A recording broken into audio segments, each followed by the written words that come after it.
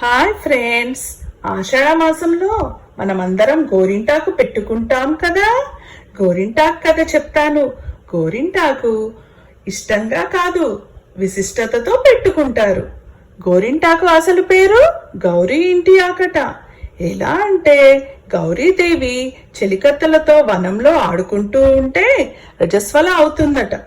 ఆ వనంలో గౌరీ అయిన చోట ఒక చెట్టు వచ్చిందట. ఆశ్చర్యంగా ఆ చెట్టును చూస్తూ గౌరీదేవి ఆకులు తెంపుతుందంట. అప్పుడు గౌరీదేవి చేతులు ఎర్రగా పండుతుందట. పర్వతరాజు బిడ్డ చేతులు చూసి, అయ్యో, నా బిడ్డ చేతులు కందిపోయాయి అనగానే, నాన్నగారు, నాకు బాధగా లేదు, నా చేతులు ఎంతో అందంగా అలంకారంగా ఉన్నాయో చూడండి అన్నదట. అప్పుడు పర్వతరాజు ఆ చెట్టుని చూచి, ఇక నుంచి ఈ చెట్టు మానవలోకంలో స్త్రీ సౌభాగ్యంగా ప్రసిద్ధి చెంది అందరూ దీన్ని అలంకరిస్తారు అని ఆ చెట్టుకు వరమిస్తారట. గోరింటాకు వర్ణం వలన అలంకారంగా చేతులకి కాళ్ళకి వాడబడుతుంది అన్నారట. ఇదే ఈ చెట్టు జన్మకి సార్థకత అన్నారట.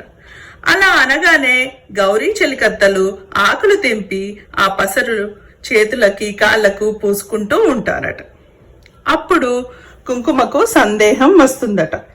ఈ ఆకుతో నుదుటన కూడా దిద్దుకుంటే నాకున్న ఆవశ్యకత దెబ్బతింటుంది అని అనుకోగానే, ఈ ఆకు నుదుటన పండదు అని కుంకుమకు అభయమిస్తారట.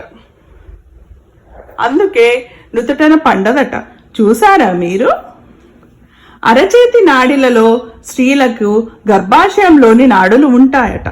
అందుకే గర్భిణీ స్త్రీలు గోరింటాకు పెట్టుకోవడం, గోరింటాకును నూరి చిన్న ముద్దగా వేసుకుంటే మంచిదట. ప్రసవం అయినాక కూడా వేసుకుంటారట.